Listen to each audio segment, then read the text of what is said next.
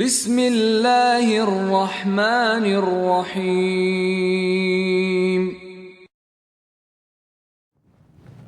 فاتحہ۔ بسم اللہ الرحمن الرحیم، الحمدللہ رب العالمین الرحمن الرحیم مالک الدین، ایاک نعبد و ایاک نستعین، اہدنا الصراط المستقیم صراط الذین انعمت علیہم غیر المغضوب علیہم ولا الضالین۔ اللہم صل علی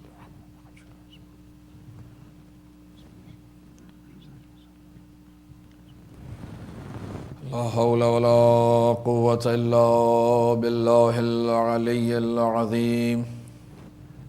اعوذ باللہ من الشیطان الرجیم، بسم اللہ الرحمن الرحیم۔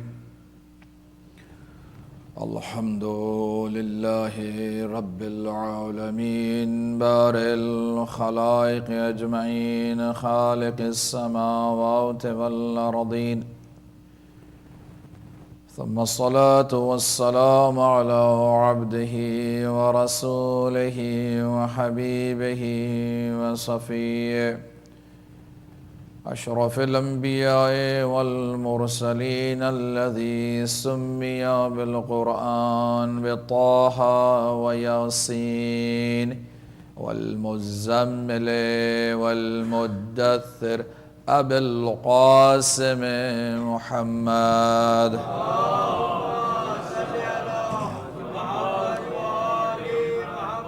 صلى الله عليه وآله وسلم، وعلى أهل بيته الطيبين الطاهرين المعصومين المظلومين المنتجبين، لا سيما بقية الله في الأرضين، الروح وأرواح العالمين لتراب مقدمه الفداء، ولعنة الدائم الأبدية على أعدائهم أجمعين من الآن إلى قيام يوم الدين. أما بعد، فقد قال الله تبارك وتعالى في كتابه الحكيم وقرآن المجيد، وهو أصدق القائلين وقوله الحق. أعوذ بالله من الشيطان الرجيم، بسم الله الرحمن الرحيم. يريدون ليطفئوا نور الله بأفواههم والله متم نوره ولو كره الكافرون. صدق اللہ العلی العظیم۔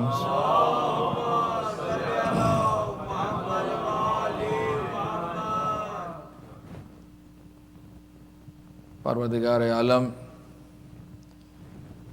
کی رحمتوں، برکتوں، مغفرتوں کا جتنا شکر ادا کیا جائے وہ کم ہے،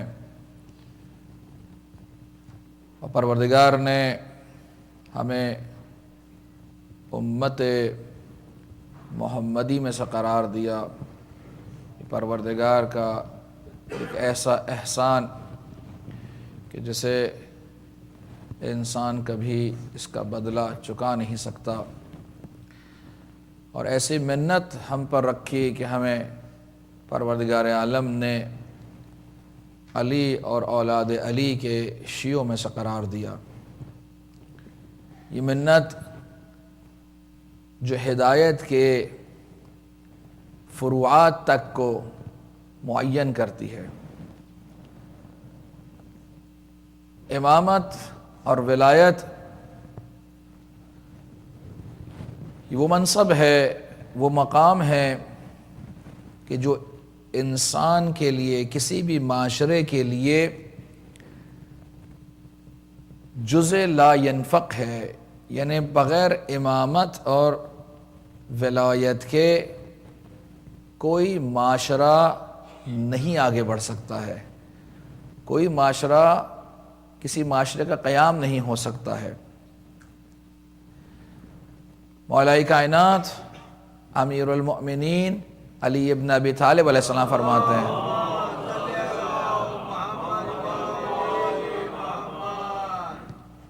ہیں، لا بد من امیر۔ جب خوارج اعتراض کرتے ہیں اور یہ کہتے ہیں لا امرۃ الا للہ، یعنی اللہ کے علاوہ کسی کی حکومت نہیں ہے، نہ علی کی ہے نہ ہی معاویہ کی ہے، اور بس حکومت جو ہے صرف اللہ کی حکومت ہے۔ امیر المؤمنین نے اس نظریے کو جو پیش کیا گیا، جس سے ملتے جلتا نظریے سے آپ آشنا ہیں، جسے آپ کمیونزم کے نام سے پہچانتے تھے، کہ جہاں پر کہا کہ یہ حکومت خود بخود چلا کرے گی، آٹومیٹکلی، آپ کو کسی آدمی کی ضرورت نہیں ہے۔ ایک تھیوری اس طرح سے موجود تھی جو کبھی عملی نہ ہو سکی۔ امیر المؤمنین نے جو خطبہ دیا، اس کا ایک جملہ، ایک فقرہ صرف یہ ہے کہ جس میں امام فرماتے ہیں لا بد من امیر، ہر معاشرے کے لیے، ہر کمیونٹی کے لیے، ہر حکومت کے لیے ایک امیر، ایک رہبر، ایک قائد، ایک لیڈر کی ضرورت ہے۔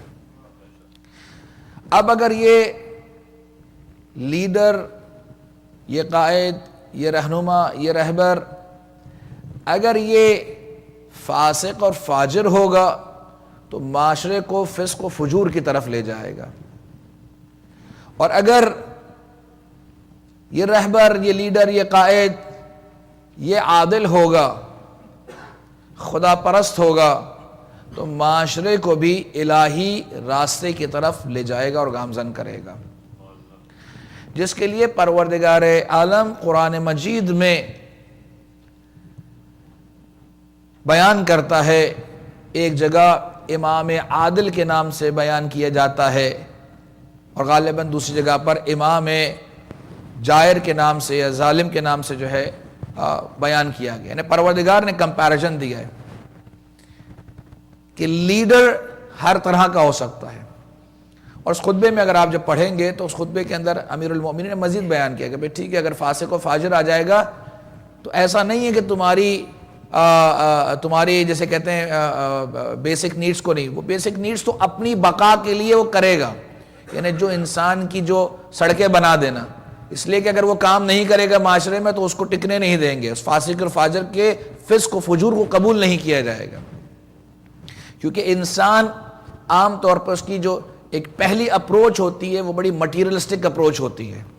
اس کو یہ فکر نہیں ہوتی ہے کہ میری معنویت کا کیا ہوگا اور معاشرے کے قوانین کا کیا ہوگا، اس کا کیا ہوگا۔ وہ پہلے دیکھے گا بھائی مجھے روٹی کہاں سے مل رہی ہے، مجھے آرام کہاں سے مل رہا ہے، کیسے مل رہا ہے، تو پہلی اپروچ اس کی یہ ہوتی ہے۔ تو اگرچہ کہ فاسق اور فاجر ہو، اس کی عقل مندی کا تقاضا بھی یہ ہوتا ہے کہ وہ لوگوں کے اگر سارے آرام نہیں تو کچھ آرام کے حصے کا ضرور خیال رکھتا ہے، تاکہ اس کی بقا کا سبب بن سکے، تاکہ وہ باقی رہ سکے، یعنی کہیں نہ کہیں وہ ان کو یہ آرام دیتا ہے، اگرچہ کہ بہت کچھ ان سے سلب کر لیتا ہے، بہت کچھ ان سے لے لیتا ہے۔ امام عادل، امام برحق، امام برحق کی جو مین پرائرٹی ہوتی ہے، اولویت ہوتی ہے، امام برحق کی پہلی پرائرٹی یہ ہوتی ہے کہ وہ مخلوق کا رابطہ اس کے خالق کے ساتھ برقرار کرے۔ پرائرٹیز چینج ہو جاتی ہیں، یعنی ایک فاسق رہنما کی، ایک فاسق لیڈر کی، ایک برے لیڈر کی، ایک غلط اور گمراہ لیڈر کی پرائرٹیز ڈیفرنٹ ہوتی ہے then to the priorities of the just leader, ایک صحیح انسان کی۔ تو ہم دونوں کو کبھی کمپیئر نہیں کر سکتے کہ دیکھیں یہ بھی تو لیڈر ہے، یہ بھی لیڈر ہے، نہیں، دونوں کی پرائرٹیز چینج ہے۔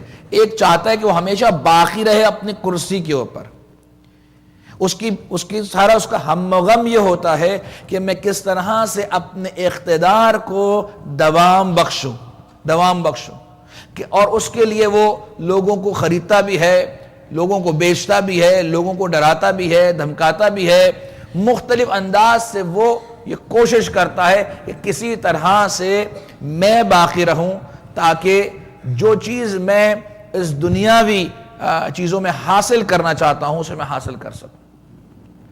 لیکن جو امام عادل ہوتا ہے، ایک الہی لیڈر اور رہبر ہوتا ہے، اس کی پرائرٹیز الگ ہوتی ہیں، کیونکہ اس کی رسپانسبلٹیز الگ ہوتی ہیں، اور اس کی پرائرٹیز بیسک یہ ہے کہ وہ مخلوق کا رابطہ اس کے خالق کے ساتھ برقرار کرے۔ سید رضی نے جو پہلا خطبہ نہج البلاغہ میں بیان کیا ہے وہ توحید کے بارے میں ہے، اور ایک ایسا امیر المؤمنین کا یہ توحید کے اوپر خطبہ مشتمل ہے کہ اس سے بہتر آپ کو کہیں پر توحید کے بارے میں تفصیلات نہیں ملیں گی۔ ایک جامع ترین خطبہ توحید کے اوپر پیش کیا ہے۔ کیوں؟ اس لیے کہ اگر انسان گناہ کرتا، ہمارے اکثر مرحوم آیت اللہ اشتاردی ہمارے استاد اپنے درس اخلاق میں اکثر فرماتے تھے یہ کہ جب انسان گناہ کرتا ہے تو گناہ کا تعلق اس کی توحید کے ناقص ہونے کے اندر ہے، کیونکہ انسان کا ایمان، اس کا یقین اللہ پر مستحکم نہیں ہے، 100% نہیں ہے، اس لیے وہ جو ہے وہ گناہ کرتا ہے۔ وہ انسان کہتا تو ہے کہ میں اللہ کو ایک سمجھتا ہوں، اللہ کو جانتا ہوں، اللہ ہے، اللہ نہیں ہے، اس نظر نہیں آتا ہے، پردہ غیبت میں ہے، مطلب محسوس نہیں ہو سکتا ہے، یہ باتیں کرتا ہے کیونکہ ہم نے مدرسے میں سیکھی اور مجلسوں سے سیکھی اور ہم نے رٹ لی اس کو، لیکن اس کو جذب کرنا، اس کو ہضم کرنا اور اس کو اپنے عقل کا، اپنے فہم کا، اپنے شعور کا حصہ بنانا، یہ دو مختلف چیزیں، مختلف علیحدہ علیحدہ چیزیں ہیں۔ تو پہلی پرائرٹی یہ ہے ایک الہی رہبر کی۔ الہی رہبر کون ہے؟ واضح طور پہ انبیاء علیہ السلام اور ائمہ علیہ السلام، پھر اس کے بعد ان کے نقش قدم پر جو چلتے ہیں وہ بھی الہی رہبر کہلاتے ہیں، لیکن اصل الہی رہبر یہ انبیاء علیہ السلام اور ائمہ علیہ السلام ہیں کہ جنہیں پروردگار نے خود معین اور منصوب کیا۔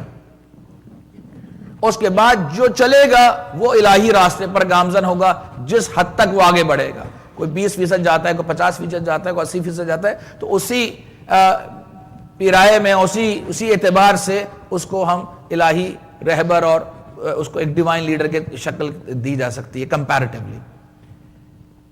یہاں پر ہمارے ساتھ ہم مغالطے کے یہاں پر کیا ہو جاتے ہیں، اس میں کنفیوژن میں آ جاتے ہیں، ہم مغالطہ کر بیٹھتے ہیں کہ یہ بھی لیڈر ہے، دنیا کے لیڈرز کی یہ پرائرٹیز ہوتی ہیں، اس لیے الہی لیڈرز کو بھی یہی کرنا چاہیے۔ یعنی ہماری جسٹیفیکیشن کا پیرامیٹر جو ہے وہ انسانوں کے بنائے ہوئے قوانین اور ضوابط ہوتے ہیں، جبکہ رہبروں کے قوانین اور ضوابط بھی پروردگار عالم نے قرآن مجید فرقان حمید میں بیان کر دیے ہیں، یا اپنے رسول اور ائمہ علیہ السلام کی احادیث کے ذریعے ہم تک منتقل کر دیں۔ صلوات پڑھیں محمد والے۔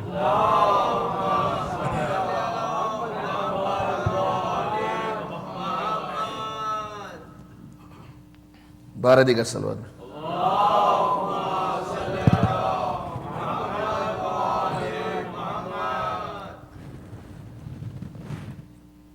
اب اگر ہم یہاں دیکھنا ہے کہ الہی رہبر، جب ہم کہہ رہے ہیں کہ السلام علیک یا وارث آدم صفت اللہ، السلام علیک یا وارث نوح نبی اللہ، السلام علیک یا وارث ابراہیم خلیل اللہ، السلام علیک یا وارث موسیٰ کلیم اللہ، السلام علیک یا وارث عیسیٰ روح اللہ، السلام علیک یا وارث محمد حبیب اللہ صلی اللہ علیہ وآلہ وسلم۔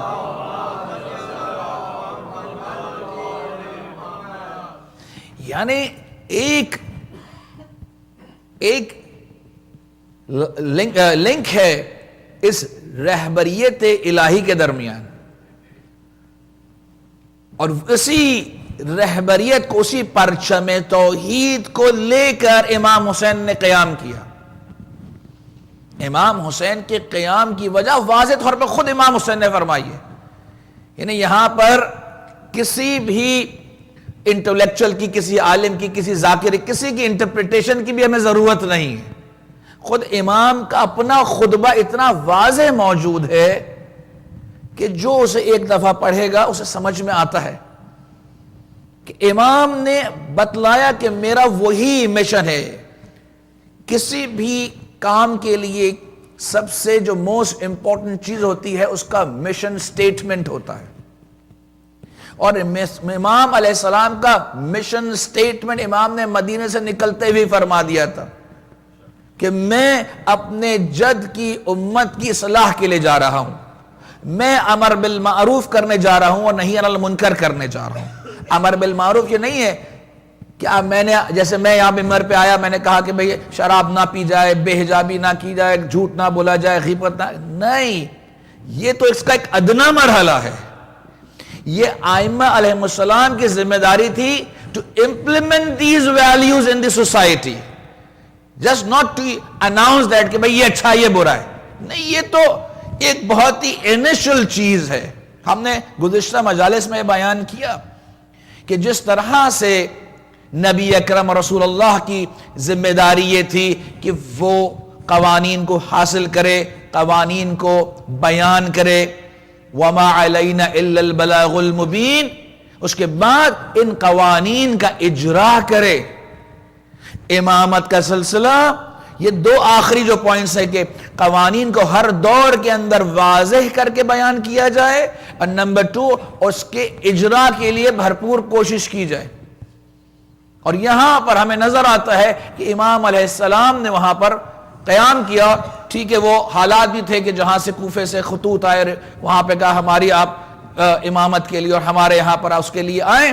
تو وہ معاشرہ ایک, چاہے وہ کوفہ ہی صحیح, لیکن ایک معاشرے نے آمادگی کا اظہار کیا کہ ہم ان الہی قوانین کو اپنے اوپر لاگو کروانے پر ہم تیار ہیں, اور آپ آ کر ہماری رہبری کر سکتے ہیں. اور اس خطوط میں بہت کچھ لکھا ہے کہ پھل پک چکے ہیں اور آپ آ سکتے ہیں, اور آپ ہی صرف اس کی اصلاح کر سکتے ہیں, اور آپ ہی ہمیں اللہ کی طرف لے جا سکتے ہیں. اور مختلف خطوط مختلف چیزیں اس طرح سے لکھی تھی کہ اتمام حجت کے لیے لازمی تھا کہ امام علیہ السلام ان چیزوں کو قبول کریں.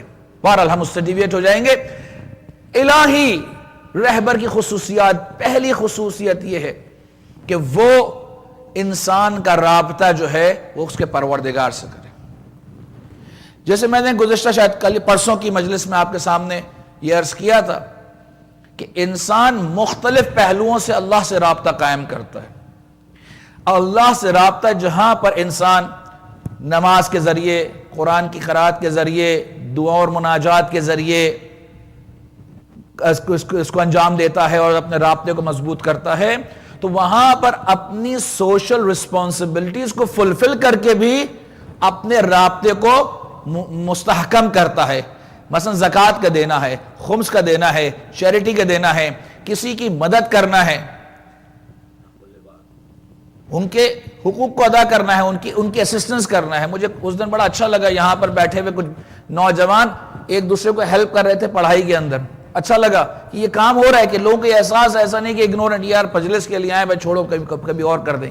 نہیں, جب جس کو ٹائم ملا اس نے اس بات کو احساس کیا کہ یس ہمیں ہیلپ کرنا چاہیے ایک دوسرے کو.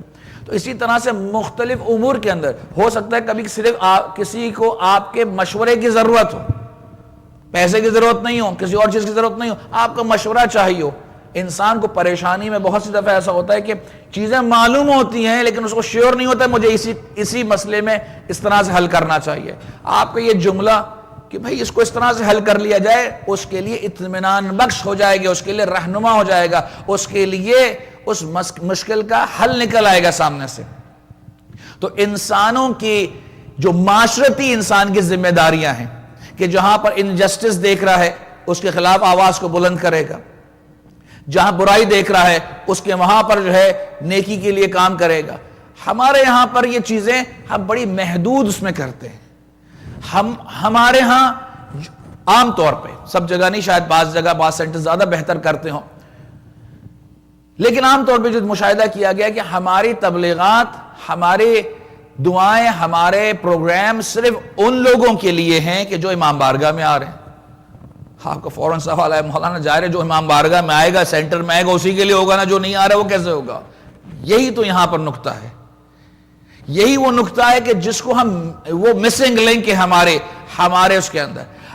کیا رسول اللہ کے زمانے میں, کیا ائمہ علیہ السلام کے زمانے میں کیا سب کے سب امام بارگاہ میں مسجد میں آ جاتے تھے؟ وہاں پر نہیں آتے تھے. کیا وہ افراد کہ جو مجبوری میں ہیں، ناداری میں ہیں، مشکل میں ہیں، فائنینشیل کرائسس میں ہیں، کیا وہ مسجد میں آتے تھے؟ بہت سے نہیں آتے تھے، بہت سے نہیں آتے تھے۔ اگر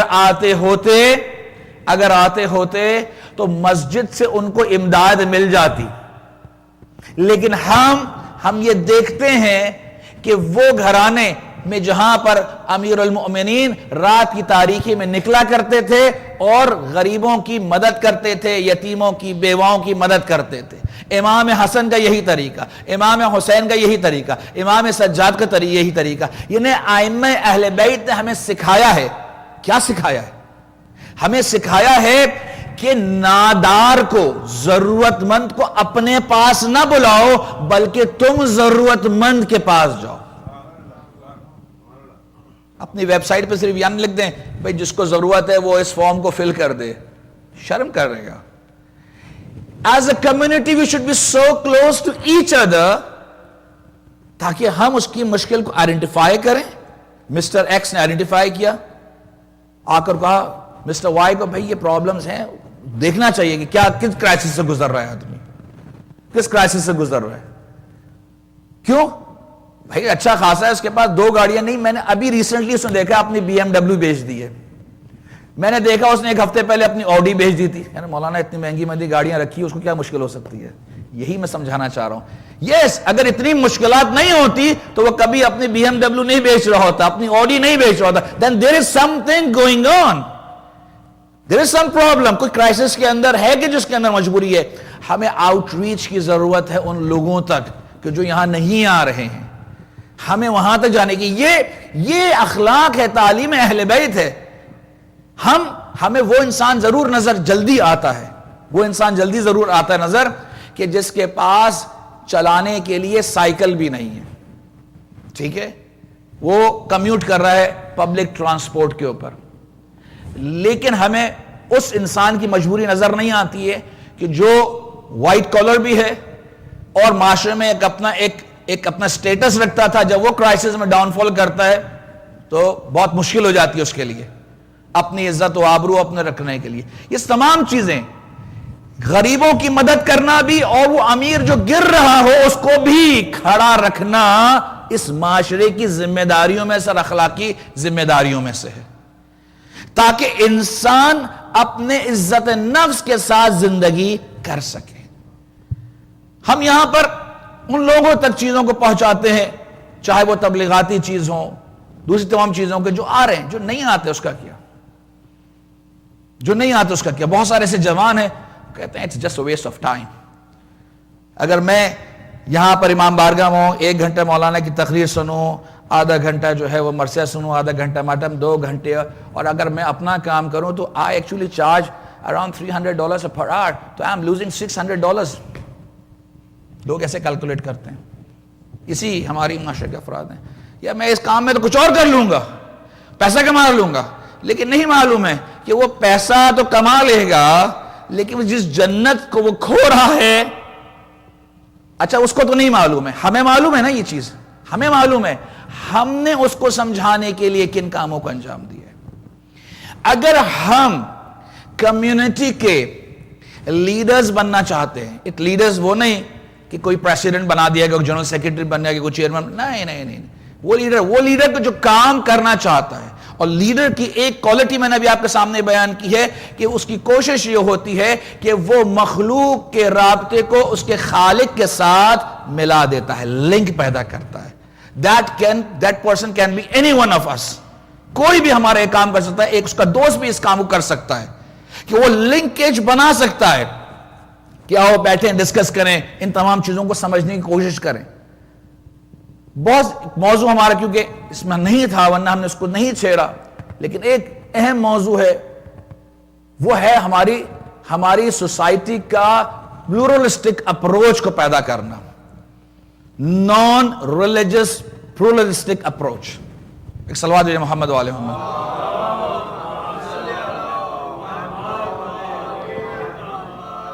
نہیں پریشان نہ ہو، میں اس پلورلزم کے اوپر جو میں گفتگو نہیں کروں گا، اس لیے کہ وہ انشاءاللہ کبھی اور، یا پرانی کوئی ماجی مجالس ہیں اور کو اگر آپ کو ٹائم ملے سنیے گا، یہ اور دوسروں نے بہت کچھ بولا ہے پلورلزم کے اوپر، ان سے بھی آپ اس بارے میں سن سکتے ہیں. لیکن صرف ایک پوائنٹ آپ کو یہاں پر مینشن کرنا ہے کہ ہماری سوسائٹی جو ایک پلورلسٹک سوسائٹی بن رہی ہے، کیونکہ جہاں پر آپ رہ رہے ہیں، جو اس وقت دنیا بنتی جا رہی ہے، صرف آپ نہیں بلکہ جو دنیا بنتی جا رہی ہے، وہ چاہتی ہے کہ جتنے بھی مذہبی انسان ہیں، جتنے بھی الہی فرقے، الہی گروہ، الہی نیشنز ہیں، یعنی جو اپنے آپ کو کہتی ہیں ہم اللہ کو ماننے والے ہیں، اب چاہے وہ سچے اللہ ہوں چاہے جھوٹے اللہ، ٹھیک ہے، یعنی آپ مسلمان لیں، کرسچن لیں، جیوز لیں، ہندو لیں، بدھسٹ لیں، جو بھی اپنے آپ کو کہتے ہیں کہ ہمارا بھائی ایک ڈیوائن ہمارے پاس ایک اسکرپچر ہے، ٹھیک ہے نا، ان سب کے لیے وہ کیا کرنا چاہتے ہیں؟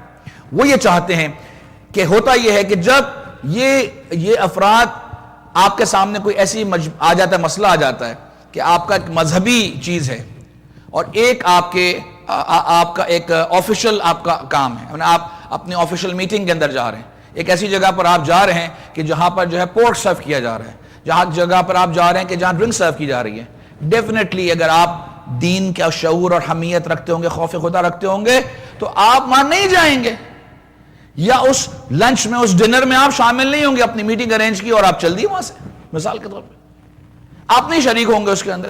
اب آپ کہیں گے یا تو وہی تو مین کام ہوتا ہے، وہی تو انٹریکشن ہوتا ہے، باقی تو سارے بیٹھے بورنگ باتیں ہو رہی ہوتی ہیں، وہی جگہ ہوتی ہے جہاں پر انسان اپنا پی آر بناتا ہے، اور وہیں پہ کہہ رہے ہیں کہ بھئی یہاں پر جو ہے اپنے کام کو جو ہے ختم کیا جائے. اب یہاں پر یہ آپ کیا کریں گے؟ اپنے ریلیجس لا کو پرائرٹی دیں گے. یہ اب جو معاشرہ جو تشکیل دینے کی کوشش کی جا رہی ہے گزشتہ 20 25 30 سال سے، اور گریجولی اس کی طرف لے جایا جا رہا ہے، صرف یہ یورپ اور امریکہ کے نہیں بلکہ ایشین معاشرے کو بھی، مختلف معاشروں کو، وہ یہ ہے کہ آپ اپنے الہی قوانین کو چھوڑ دیں. اب ظاہر یہ تو نہیں کہہ سکتے کسی مسلمان کو تم اسلام چھوڑ دو، کسی ہندو کو تم ہندوازم چھوڑ دو، یہودی کو تم یہودیت چھوڑ دو، عیسائی کو عیسائی چھوڑ دو، یہ نہیں کہیں گے، نہیں کہا جائے گا یہ.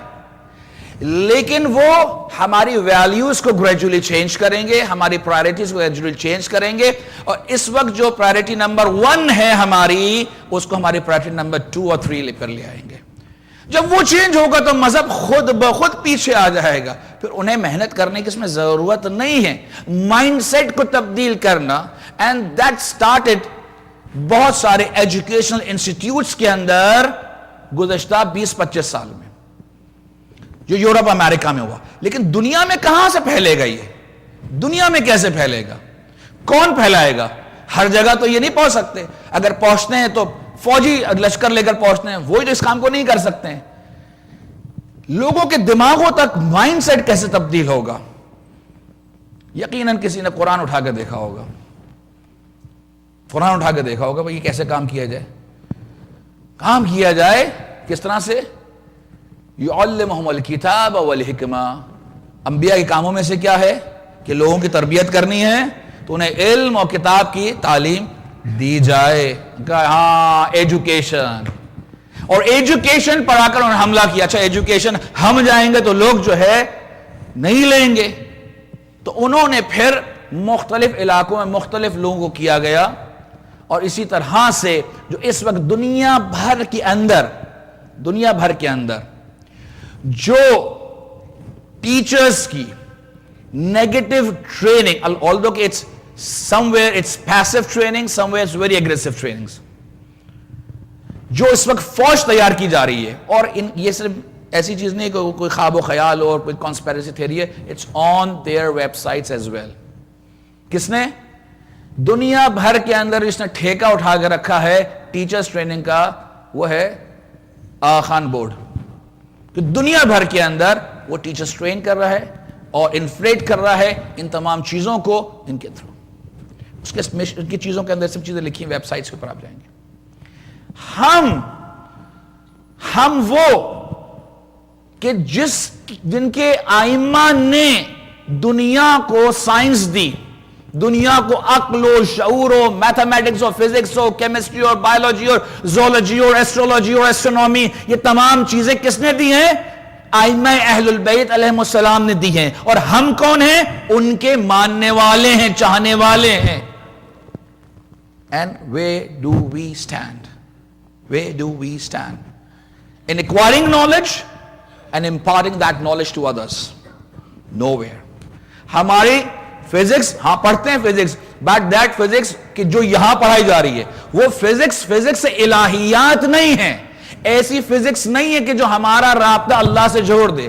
ایسی بایولوجی نہیں ہے، میڈیسن نہیں ہے کہ جو اللہ سے ہمارا رابطہ جوڑ دے. ایسی ایسٹرولوجی، ایسٹرونومی، کیمسٹری، میتھمیٹکس نہیں ہے کہ جو ہمارا رابطہ اللہ سے جوڑ دے. کہ جو ایک پرائم اور جو اس کا مشن ہے، کس کا؟ قرآن اور اہل بیت علیہ السلام کا، کہ انسان کا رابطہ اس کے پروردگار سے ہونا چاہیے. تو اب ہم جو کام کرتے ہیں، علم کو حاصل کرتے ہیں، ہم جو تبلیغات کرتے ہیں، جو ہم ریلیجس اپنے کاموں کا انجام دیتے ہیں، جو سوشل کاموں کا انجام دیتے ہیں، تو اس کے اندر اس پہلو کا ہونا کہ کیا اس کام کے انجام دینے سے ہمارا اور جن لوگوں کے لیے انجام دے رہے ہیں، کیا ان کا رابطہ پروردگار سے مضبوط ہوگا؟ کیا ان کا رابطہ قرآن اور اہل بیت سے مضبوط ہوگا؟ اگر ہوگا تو یہ کام ہمارا مثبت اور پازیٹو ہے، اور اگر نہیں ہوگا تو ایک جسٹ ریچولسٹک ایکٹ ہے جس کا کوئی ریلیجس بیک گراؤنڈ نہیں ہوگا. ہر پہلو میں امامت اور ولایت کا عنصر، ہر پہلو میں قرآن کا پہلو، ہر کام میں یہ عنصر دیکھنا کہ کس طرح سے رابطہ برقرار ہو سکتا ہے اللہ سبحانہ و تعالیٰ کے ساتھ. صلوات بھیجیں محمد والے.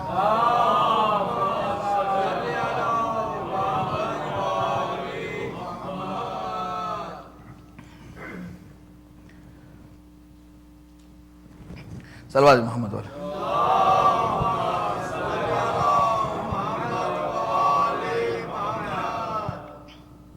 نہیں معلوم، شاید آپ کچھ اور سننے کے لیے آئے ہوں گے، لیکن تھوڑی خشک مجلس ہو گئی ہے.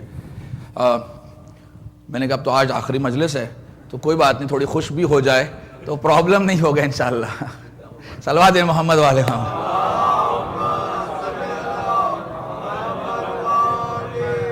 انشاءاللہ ویسے بھی اگلے ہفتے آپ کے پاس علامہ رضی جعفر صاحب تشریف لائیں گے، خدا نے حفظ کرے انشاءاللہ، ان کی صحت تندرستی دے انہیں. انشاءاللہ وہ بہت ساری کمی علمی اعتبار سے بھی اور مجالس کے اعتبار سے بھی اور ہر لحاظ سے ماشاءاللہ وہ انشاءاللہ پوری کریں گے، اور آپ کو واقعاً بہت کچھ ان سے سیکھنے کو ملے گا. صلوات محمد والے.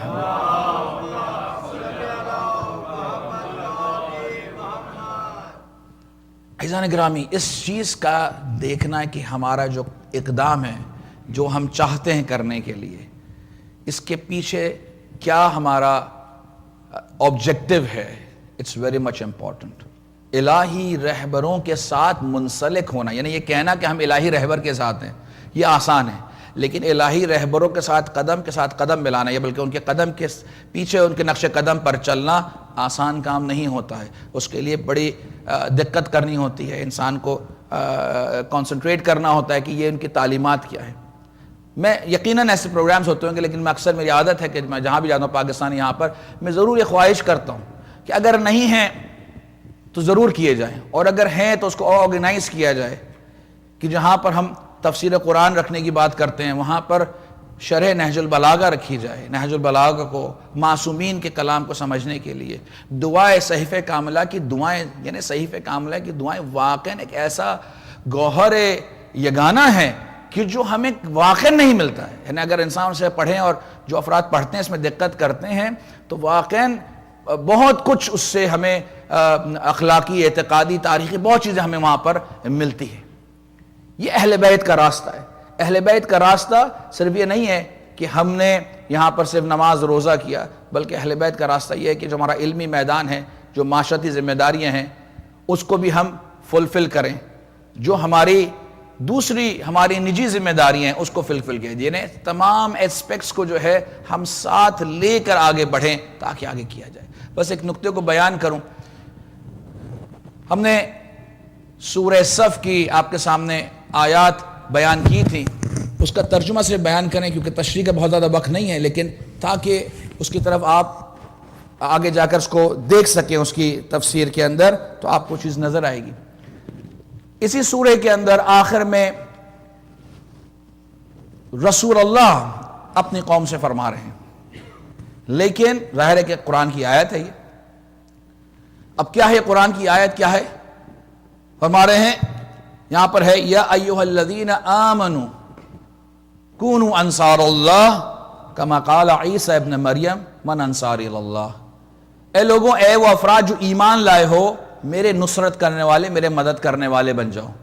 جس طرح سے حضرت عیسیٰ علیہ السلام نے اپنے انصار سے کہا تھا، اپنے حواریین سے کہا تھا، ڈسائپل سے کہا تھا کہ میرے انصار کون بنے گا، تو سب نے کہا کہ ہم بنیں گے، لیکن سب جنہوں نے کہا تھا ان میں سے ایک گروہ جو ہے وہ واقعاً پریکٹیکلی ان کے ساتھ آیا اور ان کی مدد کی، اور باقی جو افراد تھے وہ زبانی طور پہ تو انہوں نے کہا لیکن ساتھ نہیں دیا۔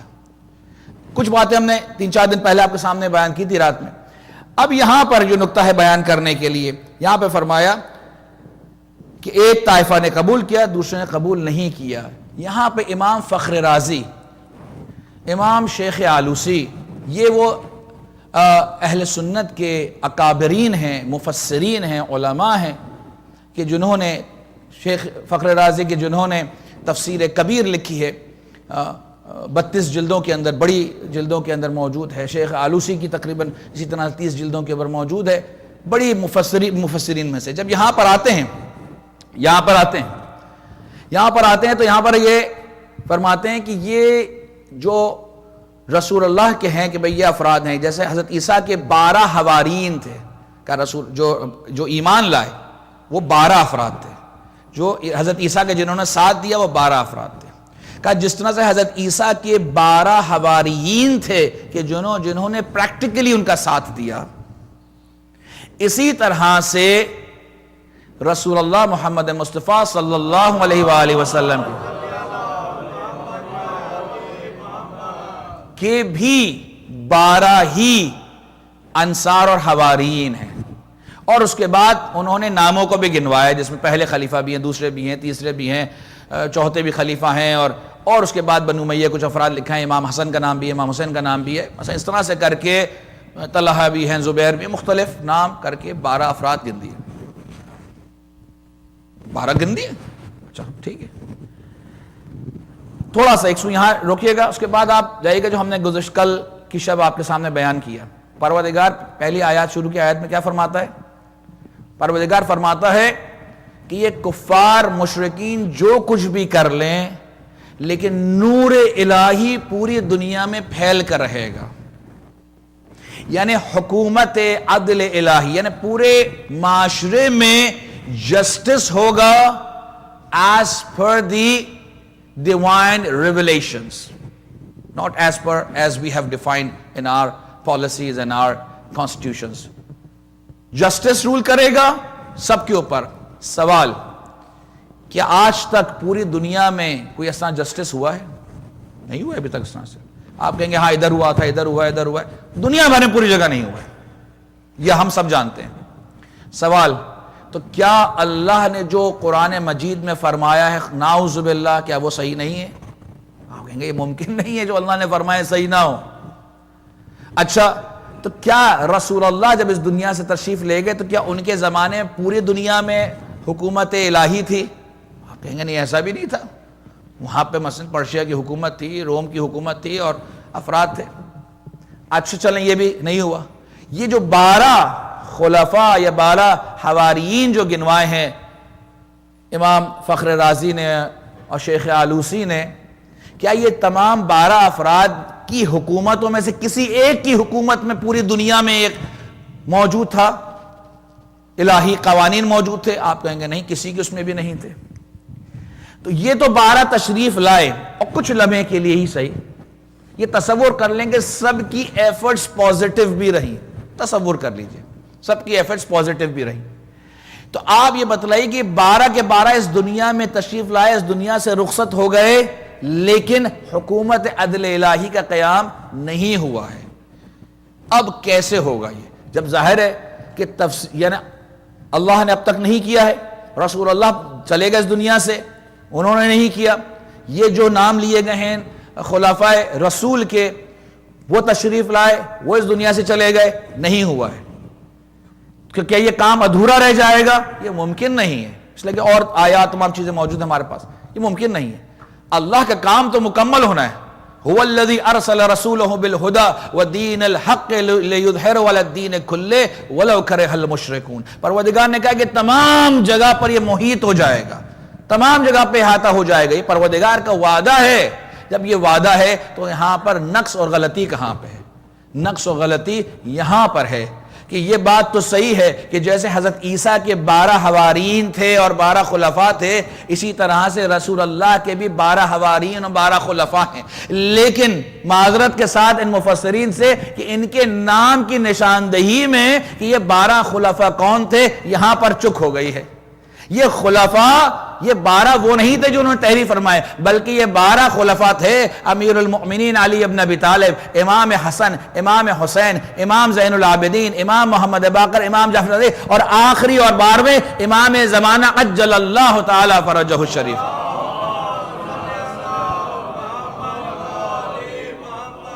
اب جب یہ 12ویں تشریف لائیں گے، پروردگار نے پردے غیبت میں رکھا اسی لیے ہے کہ یہ مہدی موعود، یعنی جو وعدہ کیا ہے پروردگار نے، اس وعدے کو پورا کرنے والے انشاءاللہ تشریف لائیں گے. اور جس طرح سے یہ دنیا ظلم و ستم سے بھری ہوئی ہے، اس دنیا کو عدل و انصاف سے بھر دیں گے، اور دنیا میں عدل و انصاف ہوگا، جسٹس پریویل کرے گا، اور پرچم الہی دنیا کے ہر کونے میں لہرایا جائے گا. یہ وہ تفسیر ہے کہ جس کے لیے ہمیں تلاش ہے. اور جب ہمیں امام کا انتظار ہے، جب امام کا انتظار ہے تو پھر ہمیں اپنے آپ کو آمادہ کرنے کی ضرورت ہے. اپنے آپ کو آمادہ کریں. کس طرح سے آمادہ کریں ہم اپنے آپ کو؟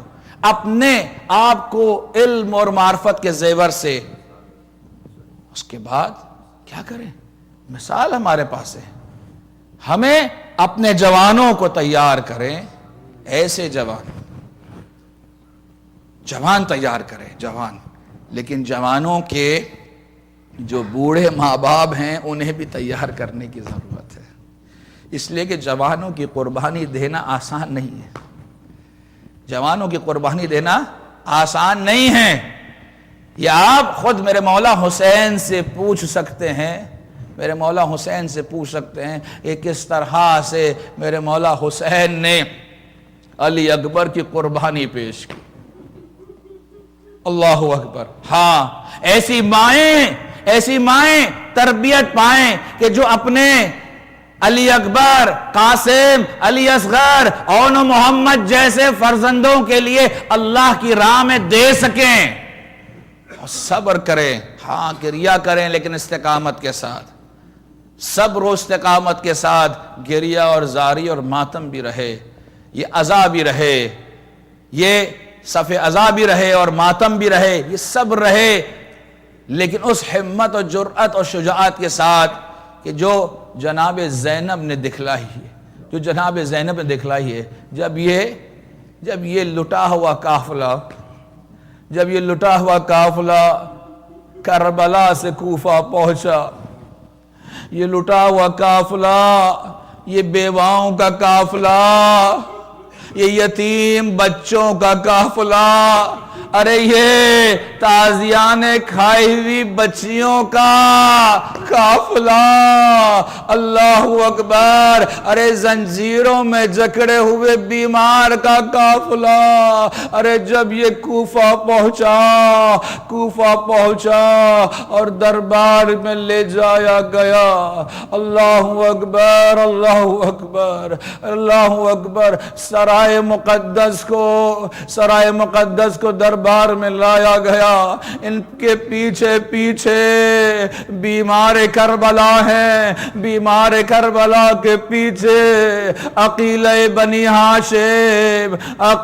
بنی ہاشم جناب زینب کبریٰ ہے. اللہ اکبر، اللہ اکبر. اجرکم اللہ. میرے مولا کا سر اقدس لا کر ایک تشت میں رکھا اور ملعون ابن زیاد کے سامنے رکھ دیا گیا. ارے سامنے رکھ دیا، کیا کہوں ملعون، ارے تجھے نہیں معلوم، ارے یہ حسین ہے. ارے حسین کی ننھی بچی سکینہ بھی ہے. ارے کہ اپنے بابا کا سر دیکھے گی. اجرکم علی اللہ، اجرکم علی اللہ. ہاں اللہ اکبر. مورخین فرماتے ہیں کہ ابن زیاد نے ایک چھڑی نکالی اور چھڑی سے نواسے رسول کے دندان مبارک سے توہین کرنے لگا. جناب زید ابن ارقم کھڑے ہوئے، کہا اے شخص کیا تجھے نہیں معلوم کہ یہ کون ہے؟ یہ نواسہ رسول ہے. خدا کی قسم میں نے خود دیکھا تھا کہ رسول اللہ نے ان دانتوں پر بوسہ دیا تھا، ان ہونٹوں کا بوسہ لیا تھا، تو اس کے ساتھ توہین کر رہا ہے. اللہ اکبر. اور کیا تو نے ابن زیاد یہ نہیں سنا ہے کہ الحسن والحسین سیدی شباب اہل الجنہ؟ ارے یہ حسین اور حسن اور حسین ارے جنت کے سردار ہیں. ابن زیاد کو غضب آیا، غصہ آیا، کہا اے زید ابن ارقم، اگر تو بوڑھا شخص نہ ہوتا تو میرا تیرا سر تیری تن سے جدا کر دیتا. اللہ اکبر.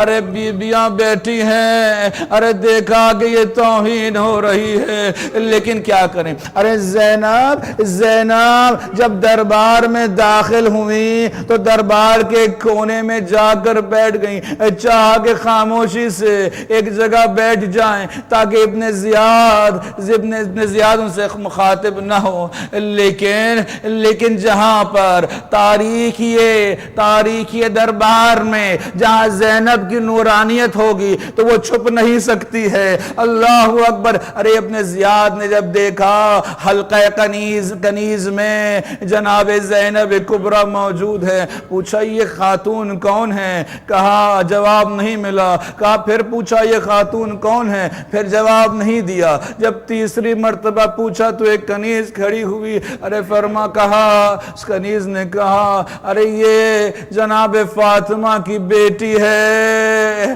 علی کی نور چشم ہے. اللہ اکبر، اللہ اکبر. ارے یہ کہنا تھا. ارے ابن زیاد نے کہا زینب ذرا کھڑے تو ہو جاؤ. کہا زینب اللہ نے تمہارے ساتھ کیسا سلوک کیا؟ ارے میری بیوی نے فرمایا پروردگار نے ہمارے ساتھ بہترین رویہ کیا، ہمارے لیے ہماری قسمت میں شہادت لکھی تھی، ہمیں شہادت نصیب ہو گئی. اللہ اکبر. پھر توہین کرنا چاہے، لیکن شاید ابن زیاد بھول گیا تھا ارے یہ علی کی بیٹی ہے. منہ توڑ جواب ملتے ہیں. ارے جب زینب سے مخاطب نہ ہو سکا تو پوچھا یہ نوجوان کون ہے؟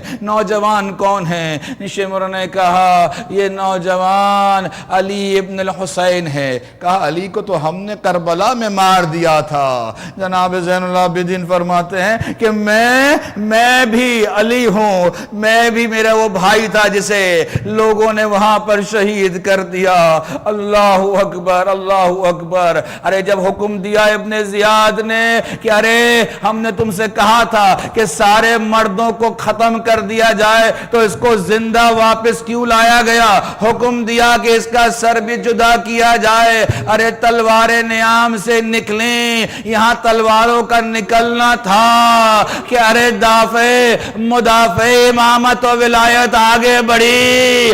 ارے جیسے ماں نے علی ابن ابی طالب کا دفاع کیا، ارے آج ثانی زہرا ارے علی ابن الحسین کا دفاع کرتی ہے اور فرماتی ہیں بس کر ابن زیاد، تو نے بہت شہید کیے ہیں، اور اگر تجھے اب مارنا ہے اس کو تو پہلے میری لاش پر سے گزرنا ہوگا.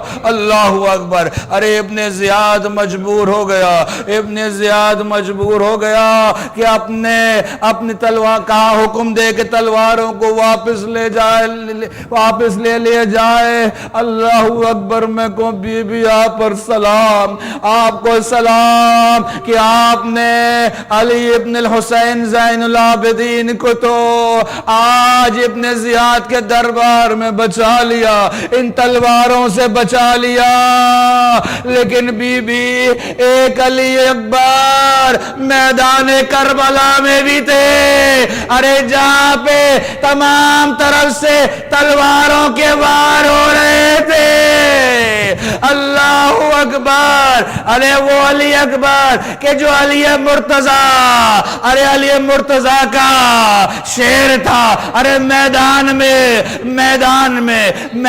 میں جا کر شیر کی طرح لڑا، زخموں سے چور ہو گیا لیکن قابو میں نہ آیا، کہا چاروں طرف سے گھیر لیا جائے، چاروں طرف سے گھیر کر علی اکبر پر جو تلوار کے وار کیے، ارے علی اکبر گھوڑے سے زمین پر آئے، سلام کیا، السلام علیکہ یا ابت، اے بابا میرا آخری سلام قبول کیجئے۔ ارے مقاتل میں لکھتے ہیں ارے علی اکبر کو اتنے تلوار کے وار کیے کہ علی اکبر کے ٹکڑے ٹکڑے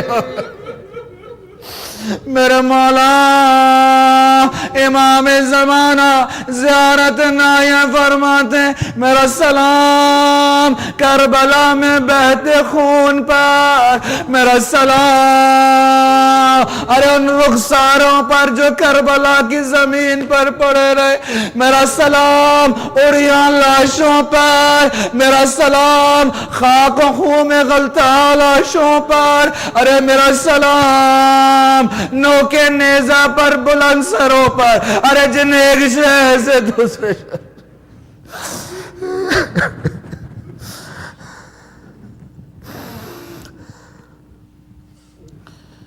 ألا ولعنة الله على قوم الظالمين وسيعلم الذين ظلموا أي منقلب ينقلبون. اللهم نسألك وندعو باسمك العظيم الأعظم العازل الأجل الأكرم ودم مقتول بكربلاء. يا الله يا الله يا الله يا الله يا الله يا الله يا الله يا الله يا الله يا الله.